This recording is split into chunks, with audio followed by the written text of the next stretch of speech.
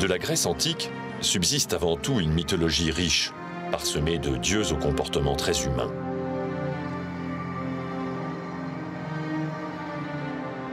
Courage, opiniâtreté, mais aussi orgueil et jalousie, tels étaient les sentiments qu'exaltaient les exploits du panthéon grec.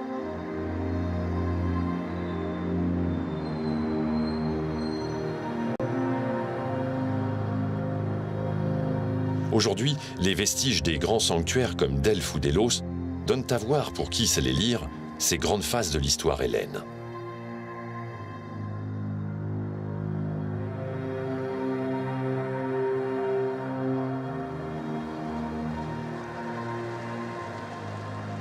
Ces centres religieux étaient de véritables aimants pour la quête du pouvoir à laquelle s'adonnaient les cités grecques. Mais comment pouvait-il être à la fois source de conflits et lieu dans lesquels tout conflit était proscrit?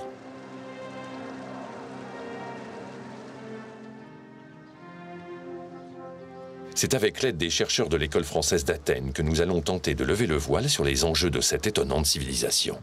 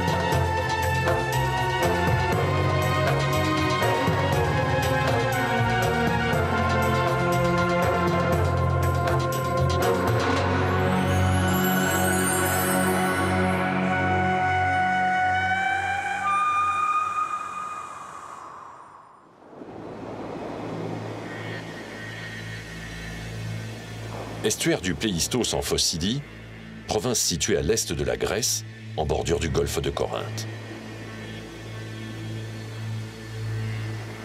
Un navire crétois termine sa campagne de pêche. Soudain, la vigie appelle ses compagnons pour leur désigner un magnifique dauphin argenté ayant surgi à la proue du bateau.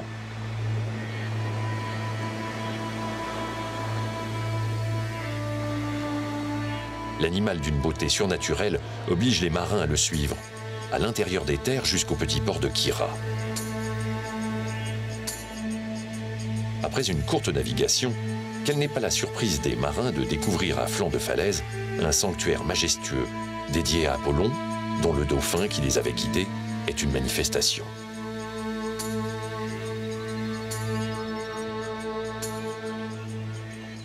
Les marins crétois se trouvaient devant le site de Delphes qui tient son nom de cette légende, et Apollon les y avait conduits pour leur demander d'en être les gardiens.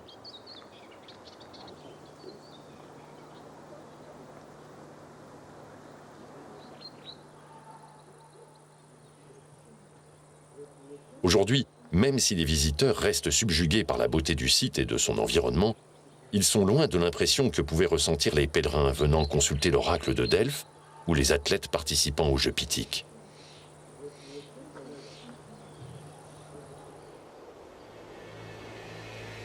Imaginez, le site débordait alors littéralement de colonnes, de statues et de petits temples appelés trésors.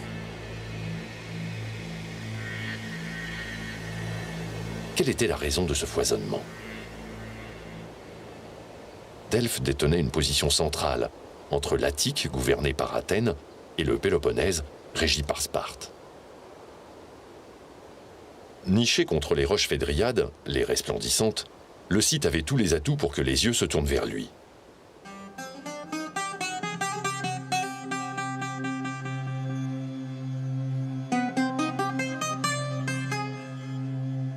La légende veut d'ailleurs que Zeus, voulant déterminer le centre du monde, lâcha deux aigles, un du levant et l'autre du couchant.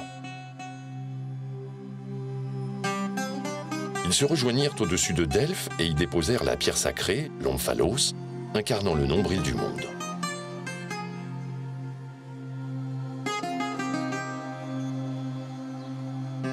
L'omphalos fut placé dans le temple d'Apollon, censé être arrivé au même moment sur les lieux.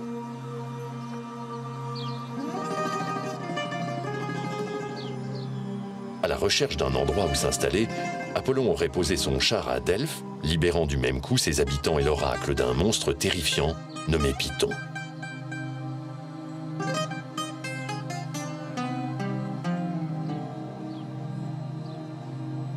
Afin d'expier son meurtre, le dieu se serait exilé ensuite pendant 8 ans comme berger, avant de revenir sur les lieux pour y implanter son temple.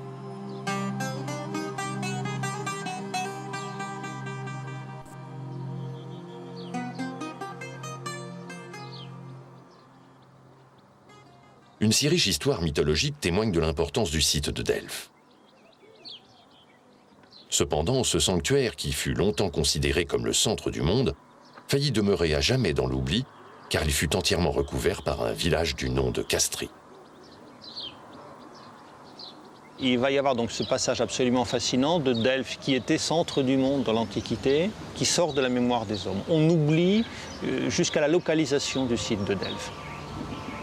Jusqu'au moment où on va s'intéresser de nouveau, mais d'un point de vue archéologique, à Delphes, la destruction du village est un acte de fouille déjà, puisque le village est en partie construit avec des matériaux du sanctuaire. Ce qui est extraordinaire, c'est que ce village, en s'installant là-dessus, a complètement protégé le sanctuaire. On doit au village d'avoir pu conserver le sanctuaire dans son état. On installe un réseau de voies ferrées pour évacuer les déblais produits par les maisons à mesure de leur destruction. On a conservé des photographies d'ailleurs assez extraordinaires où on voit les vestiges qui sont là et des maisons qui sont encore debout à l'arrière-plan du paysage. Il y a en particulier une photo du mur polygonal avec à l'aplomb une maison construite sur le mur polygonal. Ce qui est pour nous un témoignage scientifiquement intéressant et j'allais dire très émouvant aussi, c'est le journal de la Grande Fouille, qui a été tenu donc entre 1892 et 1902. Alors, il y a des dessins de céramique, des dessins de bronze, des dessins d'architecture comme celui-ci par exemple, qui émaillent et qui jalonnent ce journal de la Grande Fouille. Par exemple, c'est là qu'on a quelques-uns des grands moments de la fouille. Par exemple, ici, à la date du 30 mai 1993, où on signale la découverte d'une statue d'Apollon archaïque dont il ne manque que les pieds. Cette statue, c'est un des 2 jumeaux argiens, dont on a conservé d'ailleurs une photographie au moment de la découverte. Et parmi les plus grands moments, il y a évidemment la découverte en 1896 de l'Aurige, dont on suit les étapes, puisqu'on commence ici, on est au 28 avril, donc on voit comment s'est progressivement reconstituée la statue de l'Aurige au moment de sa découverte.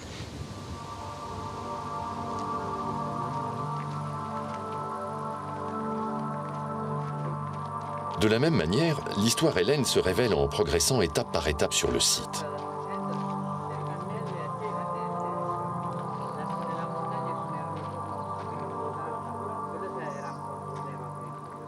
Tout d'abord, le 8e siècle marque la naissance archéologique du culte apollinien. Les premières traces d'offrandes dédiées à Apollon, dont celles retrouvées dans le sanctuaire, remontent à cette période.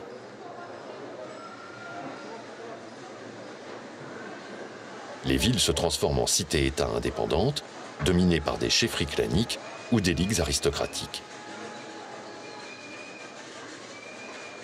Le site, qui à l'époque a déjà acquis une importance capitale dans le monde grec, est administré par un ensemble de délégués issus de 12 cités différentes, l'Amphictyonie. Ce collège fut créé à l'origine pour gérer les Pythias, concours organisé en l'honneur de la victoire d'Apollon sur Python.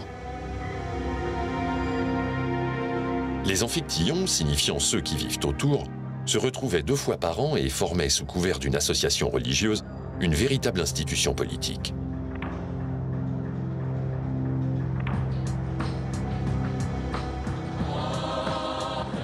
La première guerre sacrée, au VIe siècle avant Jésus-Christ, est d'ailleurs née de la violation des lois amphictyoniques par le port voisin de Kyra, qui s'arrogea le droit de prélever un péage sur les pèlerins.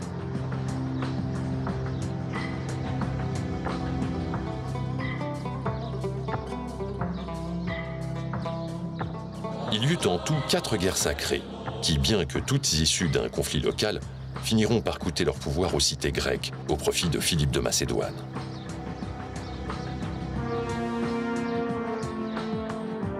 Au 5e siècle éclatent les guerres médiques, opposant le peuple grec aux Perses, et dans lesquelles se ressentent déjà les rivalités et le manque d'union entre les cités.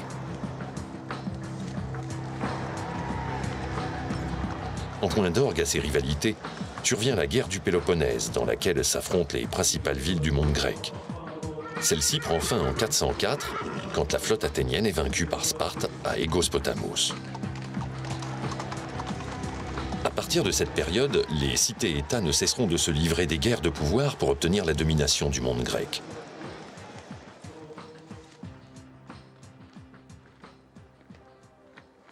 Cette histoire tumultueuse se lit dans les répliques que se font les cités par le biais des offrandes faites à Apollon.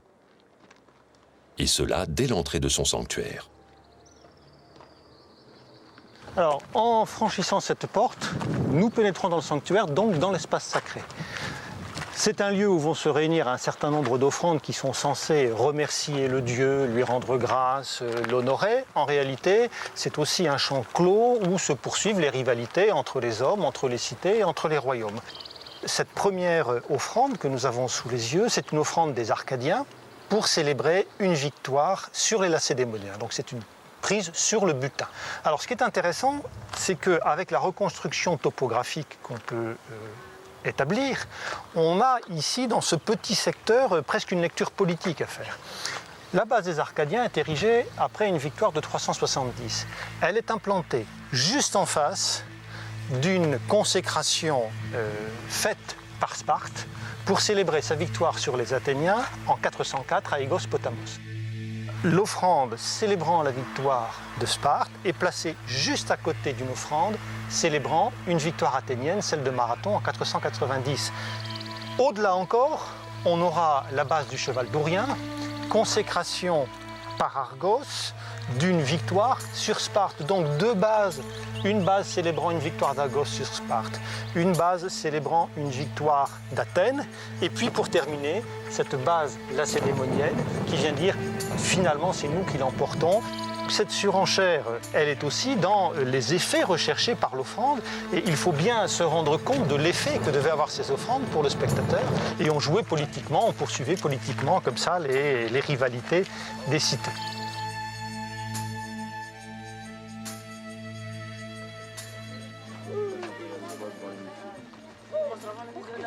Le pèlerin était ainsi immédiatement plongé dans l'arène, dans laquelle les cités, par le truchement des offrandes, se livraient un véritable combat artistique, comme un prolongement de leur guerre de pouvoir à l'intérieur de l'enceinte sacrée.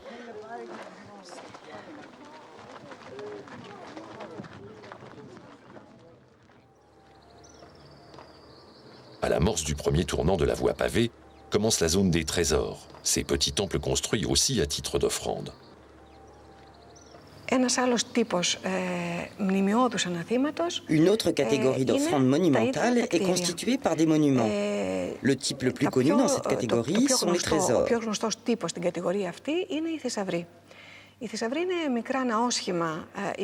Les trésors, qui avaient l'apparence des temples, étaient édifiés par les villes pour représenter leur pouvoir politique à l'intérieur de grands sanctuaires comme celui de Delphes.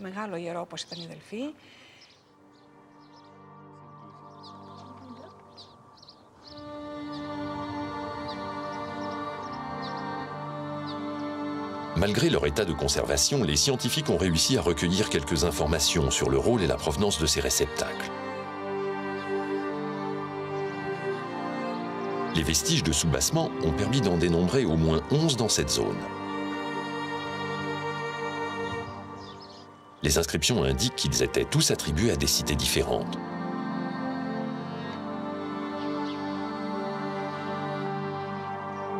Construit en l'honneur de la victoire de Marathon, et d'ailleurs sûrement grâce au butin prélevé à cette occasion, le trésor des Athéniens est le seul qui fut restitué par les archéologues au début du XXe siècle.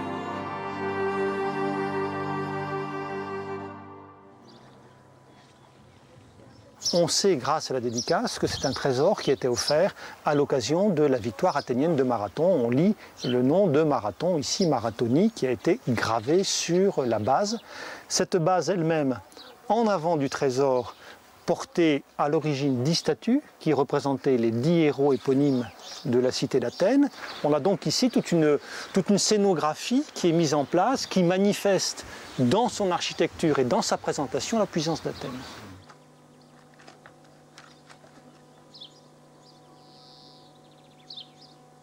À l'origine, la voie pavée empruntait un itinéraire différent. Elle faisait en effet un coude supplémentaire, bordant le site à droite, au lieu de le couper par le centre comme aujourd'hui, afin d'arriver devant le temple d'Apollon, la pièce maîtresse du site. C'est là qu'étaient rassemblées les offrandes les plus spectaculaires données par les cités de tout le monde grec. Mais d'où venait ce besoin presque compulsif de bâtir des offrandes aux dieux? L'offrande faite aux dieux signifiait principalement la reconnaissance de son pouvoir divin. Elle signifiait aussi le besoin des mortels d'exprimer leur gratitude envers le Dieu pour ses bienfaits et leur envie de continuer de profiter de ses faveurs. On ne peut que supposer, en regardant les luxueuses offrandes, que derrière l'expression de gratitude se cachait aussi l'intense tendance des fidèles à se mettre en avant.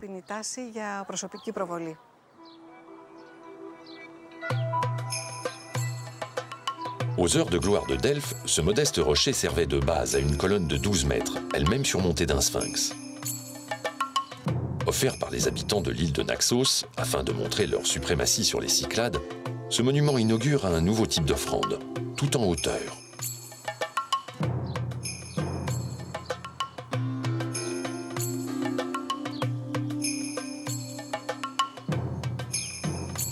La base est augmentée d'un support, sur lequel est placée une statue, ou bien encore un trépied, caractéristique de Delphes et appelé pour cette raison trépied delphique.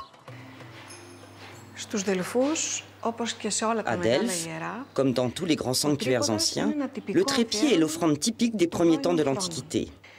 Ce type d'offrande avait une signification particulière pour le sanctuaire de Delphes, puisqu'elle était directement en rapport avec l'attribution de l'oracle. Selon la légende rapportée par Diodore le Sicilien, la Pythie était assise sur un trépied, afin qu'elle ne tombe pas dans le gouffre d'où sortait la fumée qui lui inspirait ses oracles.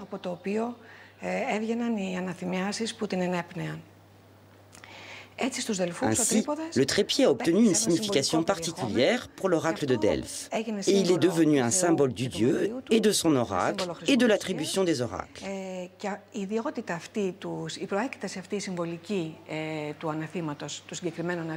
Cette signification symbolique se confirme par l'extension de cette offrande aux trépieds monumentaux, comme le trépied des Platées, que les Grecs ont dédié aux dieux pour le remercier de leur victoire sur les Perses.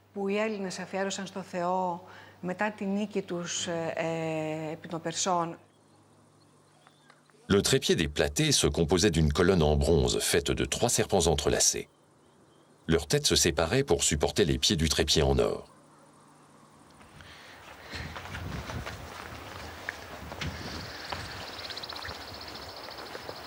Donc ici, on se trouve vraiment au cœur du sanctuaire. C'est ce qu'on appelle dans les inscriptions l'Epiphanestatos Topos. C'est le lieu le plus en vue et c'est là que les grands, les puissants voulaient absolument être vus, être reconnus.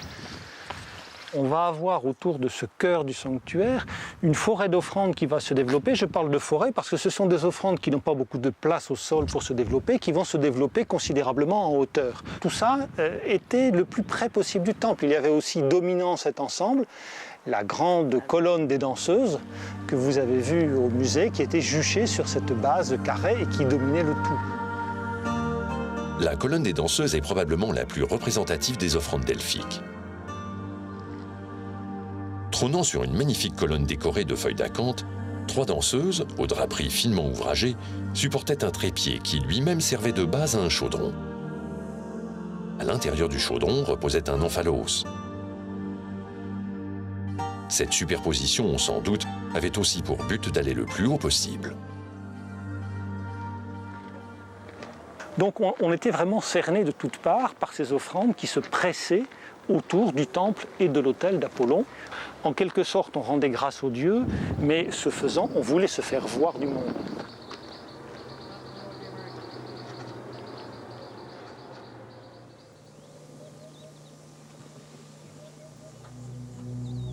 l'importance du site de Delphes ne se bornait pas aux offrandes déposées dans le sanctuaire d'Apollon.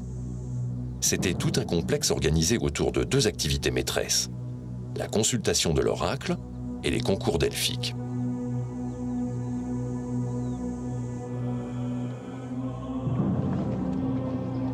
Appelé Pythie en mémoire du monstre Python vaincu par Apollon, l'oracle de Delphes était célèbre par-delà les frontières.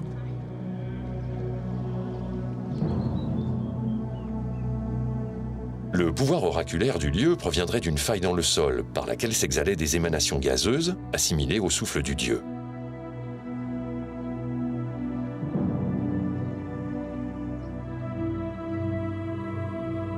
Le temple d'Apollon serait construit sur cette faille.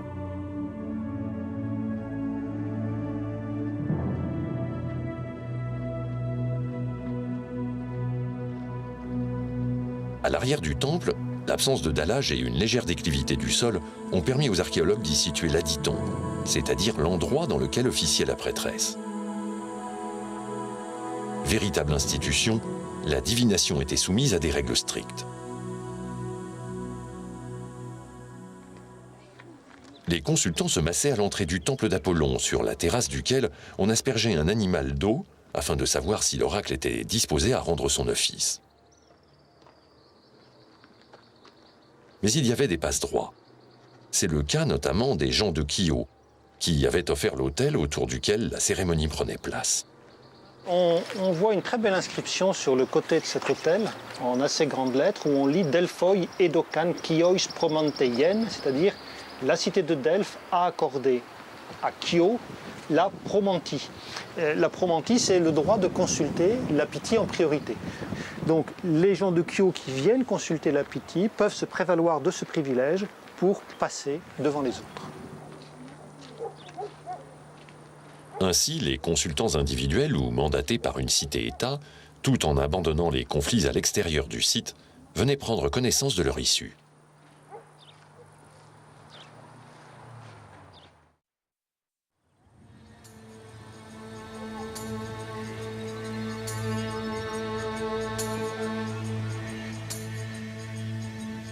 La gloire de Delphes tenait également aux jeux pythiques qu'elle organisait et qui étaient ouverts à tous les Grecs. En contrebas du domaine d'Apollon et à quelques mètres du sanctuaire de la Marmaria, dédié à Athéna, se trouve le gymnase. Construit vers 330 avant Jésus-Christ, le gymnase est un véritable centre de formation des athlètes en préparation des jeux pythiques. Il était composé d'une terrasse supérieure, regroupant une galerie couverte, bordant une piste de course.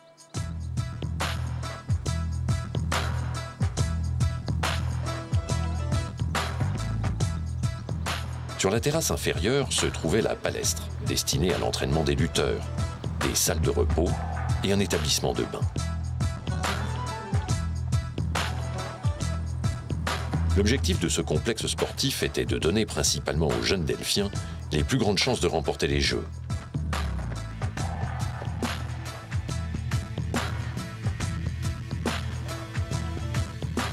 En effet, dominant le sanctuaire d'Apollon, culminait le stade. C'est là qu'avaient lieu toutes les épreuves sportives des Jeux pythiques. Son agencement est encore bien visible. Ces trous supportaient les poteaux déterminant les couloirs des coureurs, et une rainure leur servait à positionner leurs doigts pour le départ.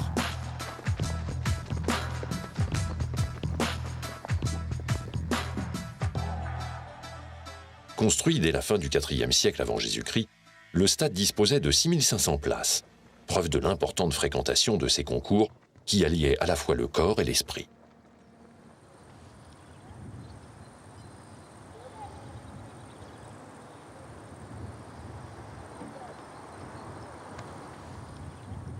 En effet, le chant, les talents oratoires, l'art dramatique, toutes ces disciplines y étaient présentes au même titre que la lutte, la course ou la boxe. Ces manifestations artistiques prenaient place dans le théâtre situé juste au-dessus du temple. Mais ne nous y trompons pas. Au-delà de leur caractère distrayant, ces jeux pythiens, nés de la victoire des Amphictyons lors de la première guerre sacrée, était également un moyen de mettre en valeur son peuple. C'était un véritable exutoire aux rivalités.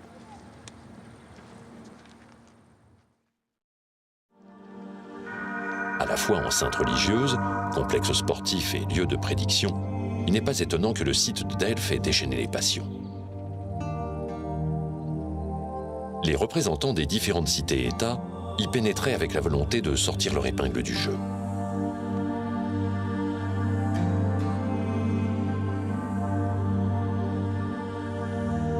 Mais quel était alors le cadre de vie de ceux qui, jadis, vivaient aux abords de ce type de sanctuaire ?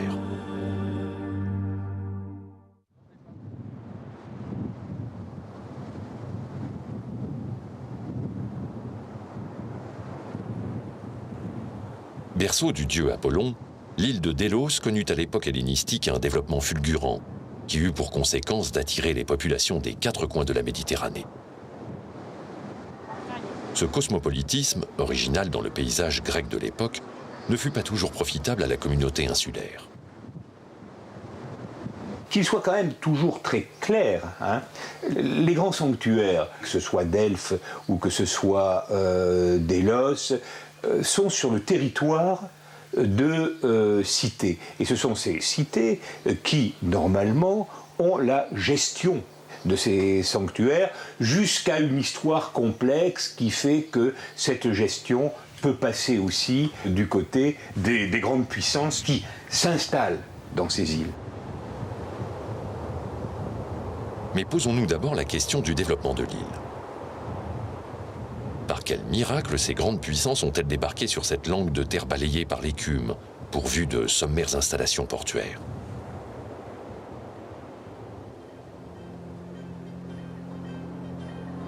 Mais surtout, comment l'île de Délos est-elle passée d'un des plus importants centres religieux de Grèce à une place commerciale internationale regroupant tous les peuples méditerranéens ?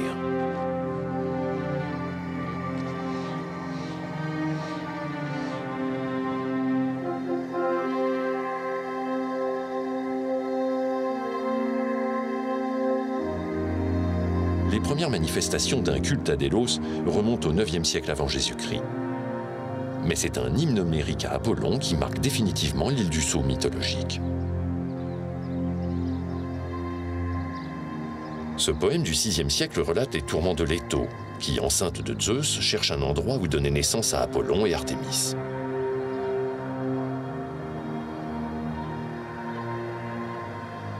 Errant d'île en île pour échapper à la colère d'Héra, épouse de Zeus, Leto convainc Délos de la laisser accoucher en son sein. En acceptant, l'île aurait ainsi droit à la postérité. C'est donc cet épisode mythologique qui propulsa Délos sur le devant de la scène, en la dotant d'un des plus grands sanctuaires de la Grèce antique dédié à Apollon. La gestion d'un tel lieu attirait bien des convoitises. L'île fut donc ballottée tout au long d'une histoire chargée entre les différentes cités-États du monde grec qui en détenaient l'hégémonie au détriment de la population délienne.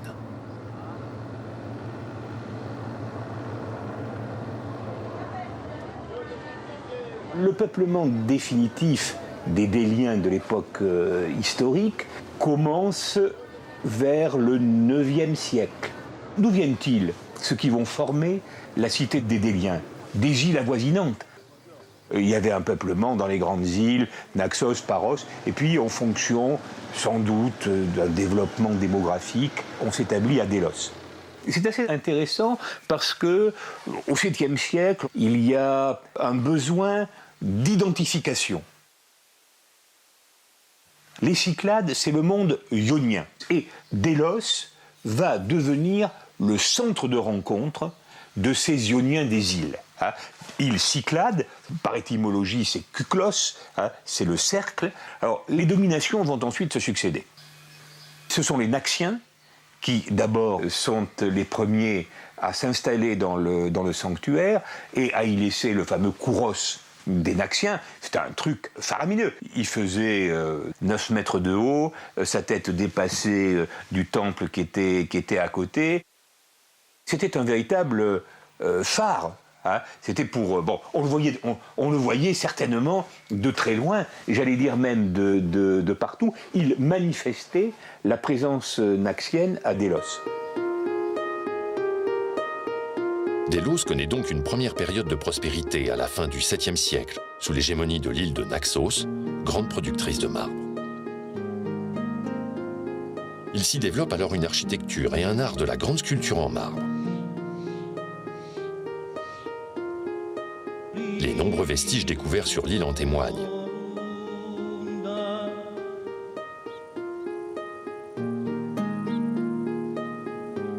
Jouxtant le fameux colosse d'Apollon, dont il ne demeure que le torse et une partie du bassin, se trouvait l'Oikos des Naxiens, le premier temple d'Apollon dont parle l'hymne homérique.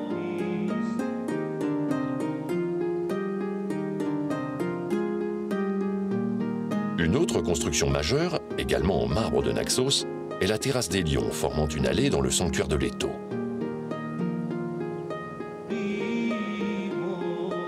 Parmi les traits originaux de cette architecture initiale figurent les bâtiments datant du VIe siècle, dont les murs sont décorés de nids d'abeilles.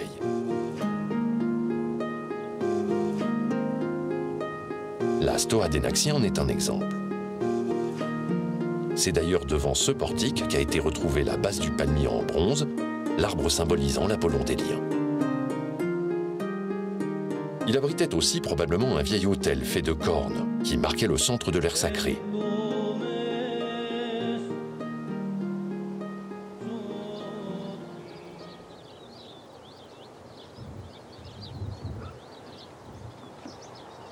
Au 5e siècle, après la victoire des Grecs sur les Perses, Athènes choisit l'île d'Apollon comme centre d'une confédération de cités grecques, connue sous le nom de Ligue de Délos.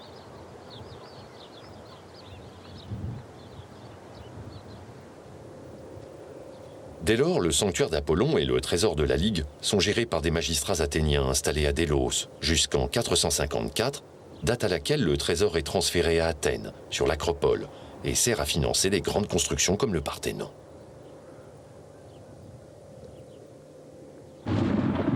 La guerre du Péloponnèse entraîne un durcissement de la politique athénienne.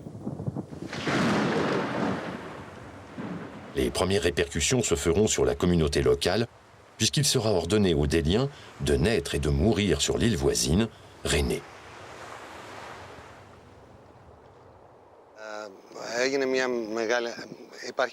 En 422 avant Jésus-Christ, les Athéniens ont essayé d'exiler les habitants de l'île parce qu'ils devenaient trop dérangeants pour leur pouvoir.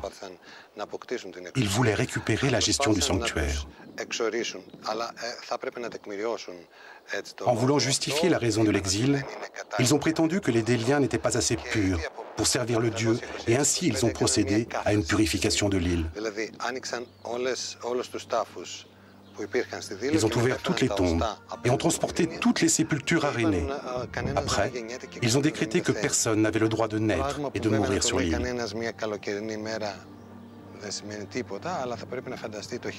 Nous disons ça un jour d'été, mais nous devons imaginer la douleur des Déliens, qui voyaient les esclaves des Athéniens, sous un ciel hivernal, ouvrir les tombes de leurs parents et jeter leurs os dans une barque qui allait les transporter en face.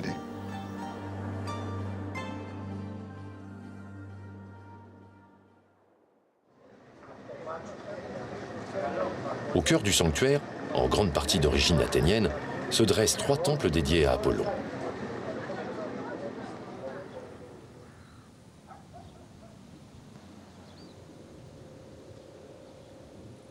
Le plus imposant d'entre eux, le temple des Déliens, est aussi le plus important car il témoigne des grandes phases de l'histoire délienne.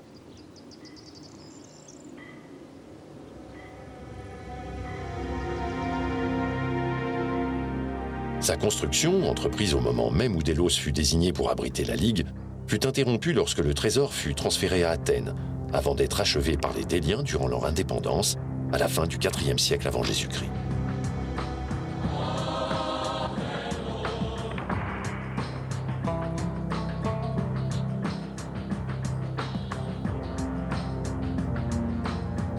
Mais le bâtiment le plus original du sanctuaire est sans aucun doute celui qui fut édifié au IVe siècle par le fondateur d'une nouvelle confédération, celle des Nésiotes, qui regroupait les résidents des Cyclades.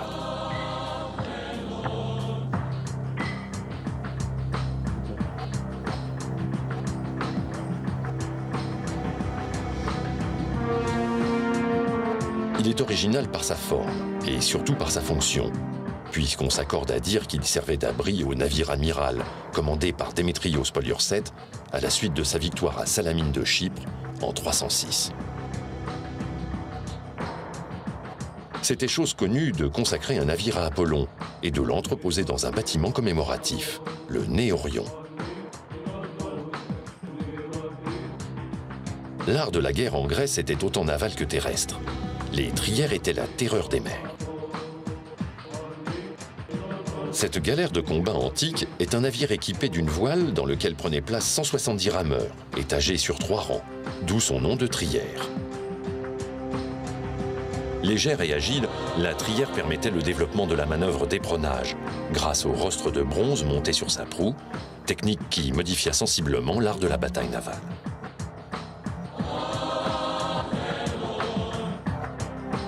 Les trières apparaissent en Ionie et deviennent les navires de guerre dominants en Méditerranée, du 6e au 4e siècle avant Jésus-Christ. Son efficacité lui vaudra d'être réutilisée bien plus tard par les Romains.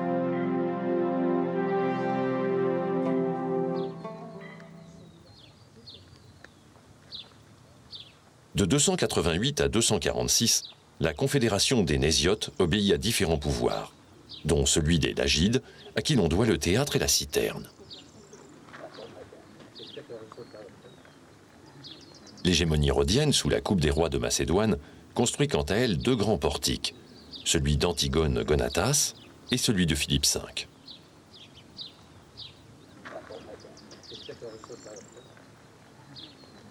De leur côté, les Déliens ont commencé à aménager une agora.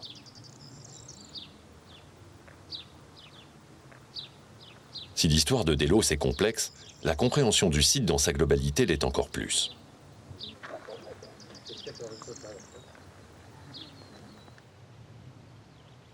Pour pallier au manque de lisibilité des vestiges, l'équipe de l'école française d'Athènes, dirigée par Jean-Charles Moretti, s'applique depuis quelques années à établir un atlas archéologique du site.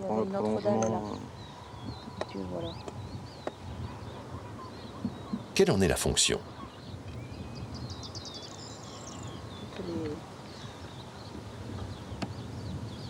Un atlas archéologique, ça sert à faire le point à la fois sur la topographie du lieu et sur les vestiges.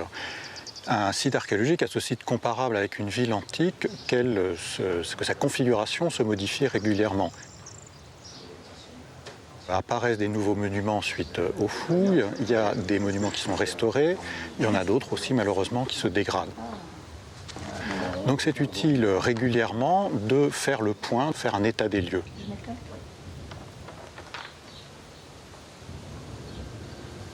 Alors, au XIXe, les relevés étaient faits par un théodolite tout à fait simple, c'est-à-dire qu'on mesurait des angles, ce qui permet de connaître des distances. Maintenant, on travaille pour le plan de l'île par photogrammétrie aérienne, ce qui permet d'avoir un modèle numérique de terrain, donc un modèle 3D de l'île entière. Et pour ce qui est des vestiges, on les relève soit avec un théodolite à infrarouge, donc qui calcule directement les distances, soit par un GPS, et même un GPS différentiel, ce qui nous permet d'avoir une précision de l'ordre du centimètre, ce qui est tout à fait suffisant pour le type de relevé qu'on fait au 200e.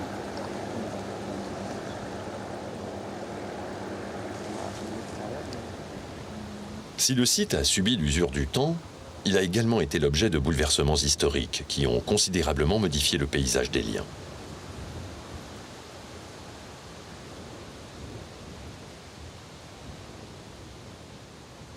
Ainsi, les ruines que l'on voit aujourd'hui remontent pour la plupart à un tournant historique exceptionnel que les archéologues situent entre le IIe et le 1er siècle avant Jésus-Christ.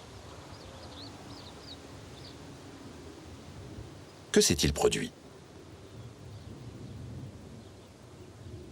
En fait, ce qui se passe, et ça c'est très important, c'est qu'au milieu du second siècle avant Jésus-Christ, il y a une totale redistribution des cartes au niveau méditerranéen, avec 2 événements clés que l'on connaît et qui ont leurs conséquences à Délos même, c'est la destruction de Carthage, la destruction de Corinthe, et même, allons au-delà, la destruction de Beyrouth, très peu d'années après.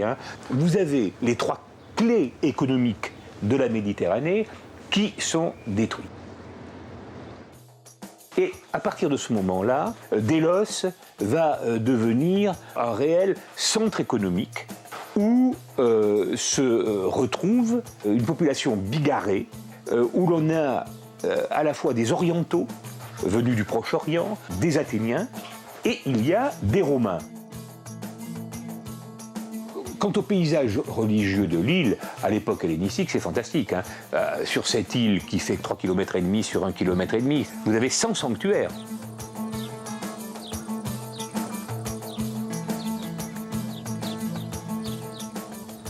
Sur la terrasse des divinités étrangères se dressent les sanctuaires des communautés syriennes et égyptiennes. Archéologiquement, les divinités égyptiennes tiennent une place particulièrement importante. Elles avaient à Délos 3 sanctuaires, dans lesquels ont été découvertes plus de 200 inscriptions d'un intérêt considérable pour la connaissance des cultes égyptiens dans le monde hellénistique.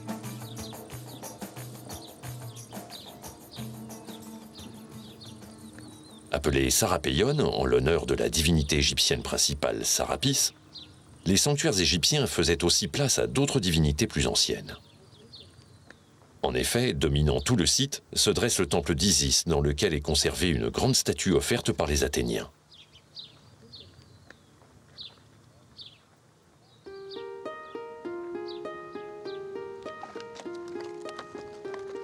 Au nord-ouest de la terrasse des Lions, on trouve l'établissement des Poséidoniastes, centre de l'association des marchands de Beyrouth qui adoraient Poséidon.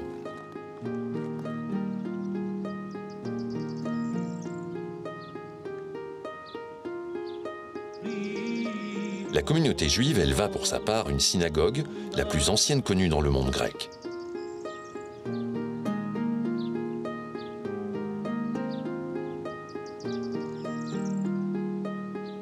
Les Romains, quant à eux, créèrent leurs propres espaces de réunion en 2 points de l'île. L'agora des Compétaliastes, en bordure du rivage et au débouché de la voie sacrée, et l'agora des Italiens, à proximité du cœur du sanctuaire.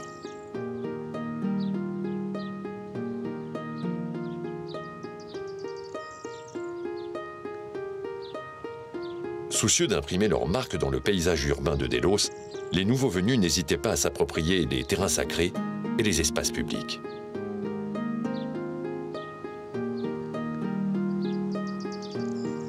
Et pourtant,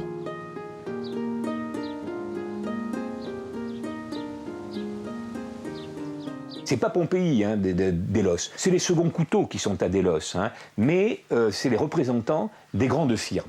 Qu'est-ce qu'ils font à Délos? Ils trafiquent. À partir d'une certaine date, la gestion de Délos étant faite aux mains d'une communauté qui comporte les Romains, les commerçants, les anthropovitaires et les armateurs.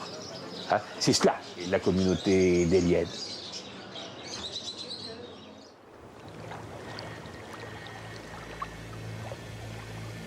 Si l'essor commercial de Délos est avéré, qu'en est-il des installations liées à cette activité? Tout d'abord, on trouve des entrepôts, comme l'établissement de la Pointe des Pilastres.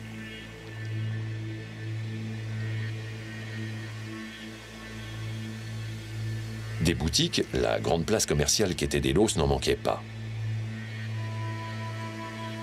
Répartis sur l'île selon leur spécialité, on en trouve sur le port, aux abords du sanctuaire et dans des quartiers d'habitation où se trouvaient également certains ateliers.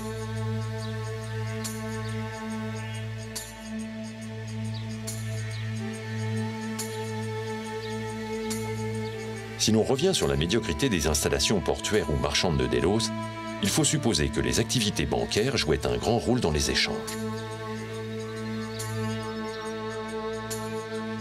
Leur ampleur n'est pas toujours synonyme d'entrepôts gigantesques. Dans le cadre de cette recomposition économico-politique du monde méditerranéen au milieu du second siècle, Délos sert de bourse. Hein, c'est une sorte de bourse internationale où ces communautés se rencontrent.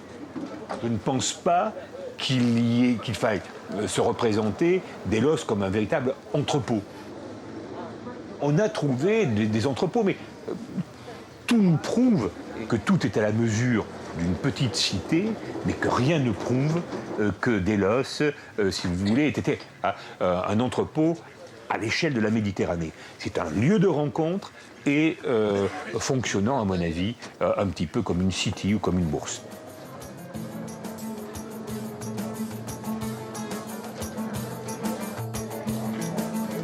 Cette période de prospérité étonnante, durant laquelle le paysage délien fut profondément modifié, a par ailleurs vu l'habitat se transformer dès la seconde moitié du IIe siècle avant Jésus-Christ, avec l'arrivée de toutes ces communautés.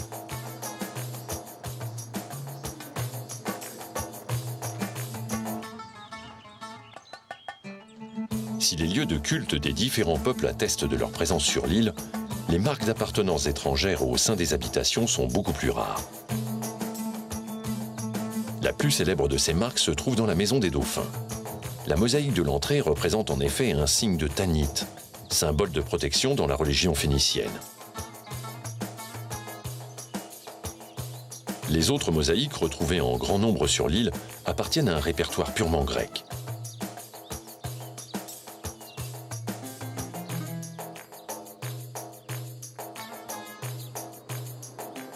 Toutes ces communautés habitaient donc des maisons de type grec, organisées autour d'une cour, en général peu ouverte sur l'extérieur et s'élevant sur un ou plusieurs étages.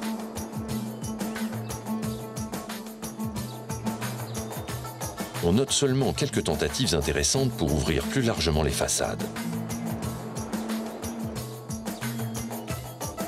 Par les fenêtres de la maison en forme de tour, dans l'îlot des comédiens, les habitants pouvaient profiter du paysage. Les aménagements intérieurs dépendent de la richesse du propriétaire. On retrouve dans les demeures nobles des péristyles de marbre, de belles mosaïques et des revêtements muraux peints avec des représentations figurées.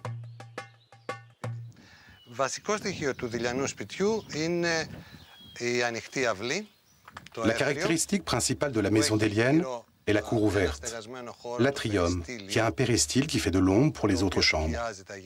Dans le centre de l'atrium, il y a toujours une citerne, avec un sol en mosaïque. En sous-sol, la citerne permet de collecter l'eau de pluie, qui est puisée par deux puits. L'eau du premier puits était liée directement à la citerne, afin d'obtenir l'eau d'usage quotidien, alors que l'autre avait un filtre de pierre poreuse, afin d'obtenir de l'eau potable.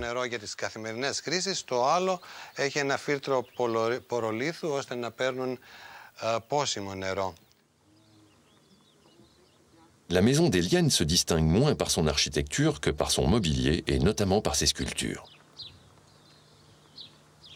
Leurs propriétaires n'hésitaient pas à passer commande de copies d'œuvres célèbres, comme le Diadumène de Polyclète, ou de fresques au goût du jour faisant la part belle à l'érotisme. Plus rare et fait unique en Grèce à l'époque, les riches propriétaires, grecs ou romains, installaient dans leurs demeures des statues portraits. Le milieu des liens semble propice à ce genre d'expérience, où s'amalgament en une synthèse originale des traditions propres aux différentes communautés. Mais d'où provient cette singulière habitude?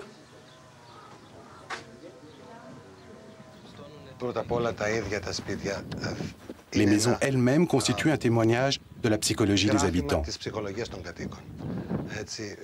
Ce qui prouve qu'ils essayaient d'avoir une reconnaissance sociale en dépensant leur argent d'une manière exagérée, sans arriver bien sûr aux exagérations de la décoration des maisons de Pompéi.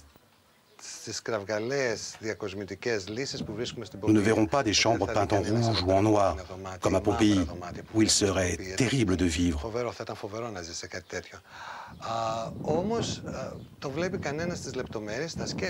Au contraire, les objets domestiques dont vous pouvez voir des exemples au musée et leurs statues portraits qui trônaient dans un point central de la maison, afin que tous les visiteurs ou les passants puissent les voir, sont des preuves de leur façon de vivre.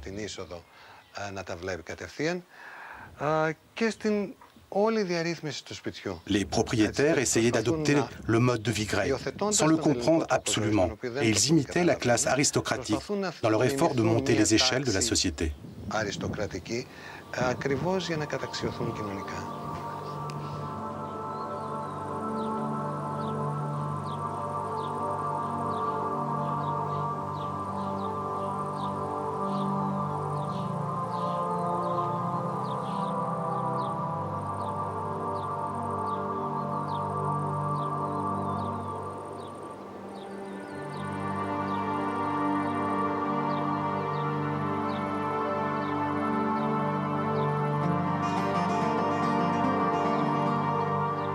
Si ce souci de réussite commerciale, tourné résolument vers l'extérieur, fit la gloire de l'île, elle causa également sa perte.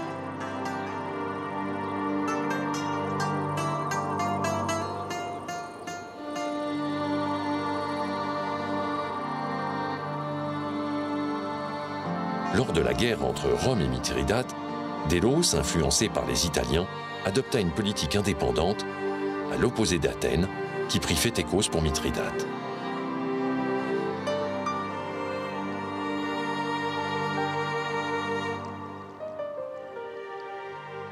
Par deux fois, à l'automne 88 et en 69, les troupes de Mithridate saccagèrent l'île. Ces actes de piraterie et la concurrence croissante des ports italiens entraînèrent le départ progressif des habitants de l'île, qui cessa d'être un relais dans le trafic commercial méditerranéen. Délos succomba par là où elle avait péché, c'est-à-dire par orgueil. Ainsi, le double visage de ces grands centres religieux comme Delphes ou Délos reflète la contradiction de la civilisation grecque, à la fois unie dans les progrès philosophiques, politiques et artistiques, et divisée par les enjeux de pouvoir et de réussite.